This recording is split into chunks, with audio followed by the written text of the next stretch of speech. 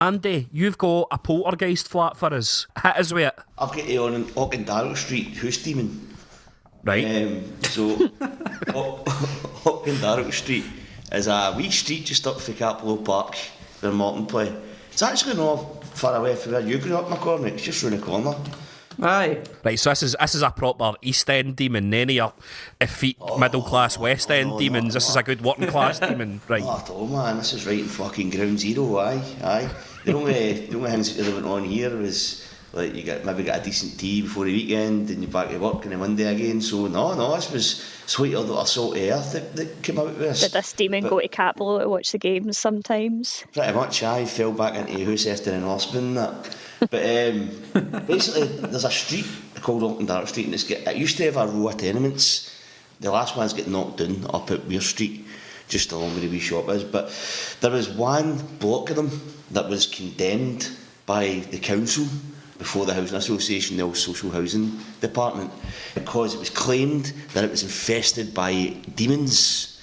Not good one, bad demons, like horrible fucking demons. It was first flagged up in 1991 when Provost Tony McGowan, I wonder if he's still alive, that'd be worth reaching out.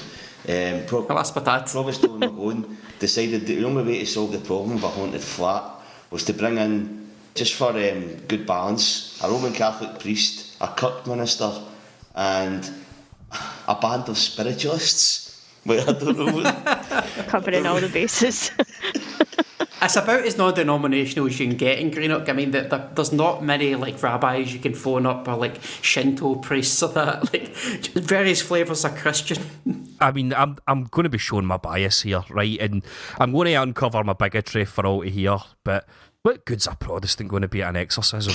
They don't know their stuff and that, right? That's our thing. I'd imagine that it went to a vote in the 175 club and went, you can't just say that priest. What if he does get rid of it and that's going to look bad on us? At least make sure I Protestant's there so it's ambiguous if he does some success. Aye, the band of spiritualists, Roman Catholic priest and the Kirk minister, paid for and sent by Provost Tony McGowan, all attended this flat in Auchendarroch Street to witness the paranormal goings on. It was a Mrs. Michelle Kane, 6-year-old daughter, that was exhibiting signs of demonic possession. She became terrified and claimed that she had seen a struggle between a demon, devil-like ghost figure and another spirit in her bedroom since her daughter was born 6 years earlier.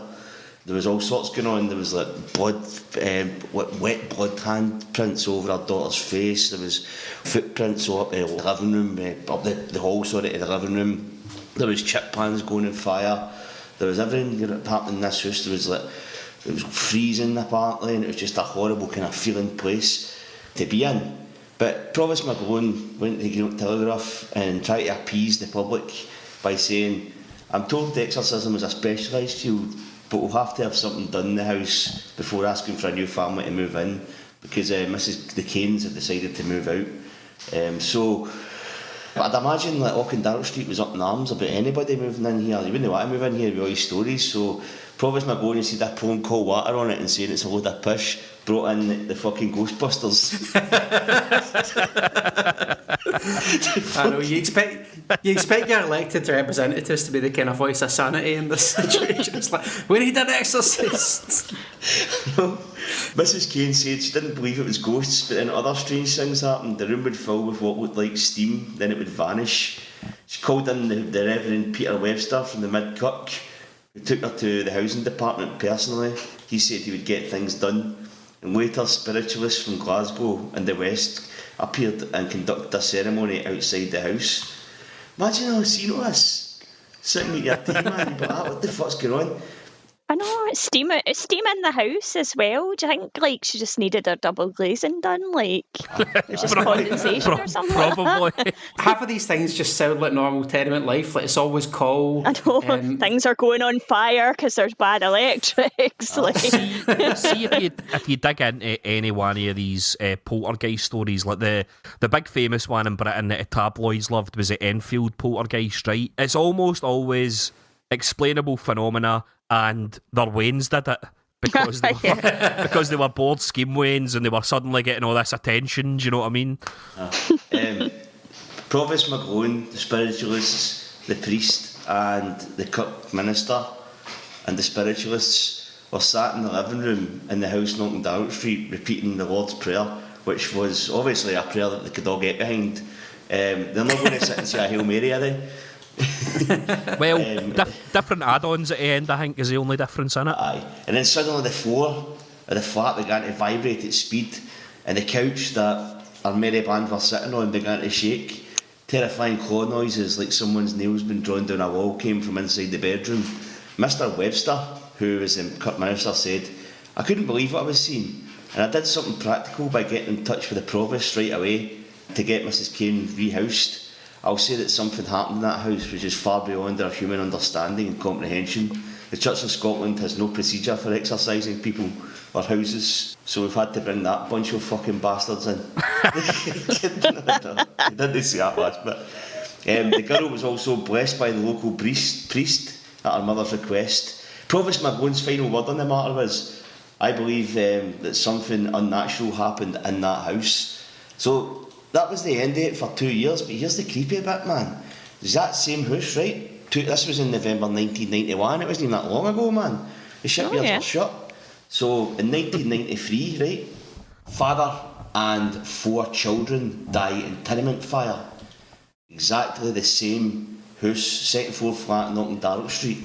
Firefighters broke into the house and found 5 bodies, unfortunately, in the house, and they were all basically victims of a major fire. And they found that the smoke detectors all had their wires cut, and the houses were actually found to be condemned years before due to this demonic possession. And unfortunately, 5 people lost their lives. It says here it was part of our exorcism 2 years before. The house lay empty for 6 months. In a macabre twist, it has been recalled that it was reputed to be haunted. 2 families left a few years ago reporting strange happenings. Mother and daughter fled after a daughter says she saw a devil-like figure. And earlier, a similar sighting was reported to the paranormal group. One unnamed witness said, "We would never go anywhere near that close, or never go anywhere near that house. We know it's haunted, we know it's evil." So, fucking pretty scary, man. That's actually happened in the last 30 years. I've got 2 observations here. The first is, so up until very recently, or it might still be there actually, the parish priest in St Joe's in Inverclyde was Scotland's only exorcist, sponsored by the Vatican. Right, this is true, right? That is true. How do you become an exorcist? It's like a course, it's probably like a Open University sort of thing, sponsored by the chapel. It depends what you put your skill points into when you level up and become a priest. You need to put them all into exorcisms. Imagine going on through that, but in this day and age, like a Catholic priest and a Kirk minister and a band of spiritualists and the provost all turning up. It literally sounds like the start of a joke. I know. Scottish, English and Irish, man, I know. So my theory is basically that he's been sent here to kind of keep tabs on this demon. Aye. And also, right, on Auchendarroch Street, all the tenements have been pulled down. There's quite nice wee houses there. And we sometimes drive past there with my mum and dad because at Christmas time, because they've always got really nice Christmas decorations up, or the neighbours. And I worry if this is maybe a sign that they are trying to project a kind of Christian image to scare off any demons that are still kicking about. Every year, just remember this is a God-fearing street, Auchendarroch Street. Or maybe it's demons, trying too hard to prove that they're no demons. Could be, yeah. What are their Christmas lights in the shape of like crosses and stuff? The demon doth protest too much. It's a spooky story, especially that second bit where it was the same flat, man, where 5 people died in. The whole street were saying, well, fucking, we told them not to put anybody in there, and I don't let my wains up that close or nothing. There was something wrong with the smoke detectors when they checked out the house. They found that they were faulty, and that's why they didn't go off. And maybe this demon's just I can't even do anything anymore because I'm exercised. So what can I do? And he's probably thought about 2 years. Took him 2 years of charging up his spirit bomb. And then There you go, listener. You've got a decomposing shark potentially, and a demon that did the impossible and brought together both faiths in Inverclyde.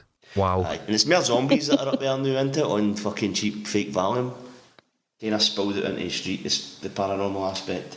Okay, that'll bring us on, because at the end of the film, those two are like lying outside and dying of hypothermia. You find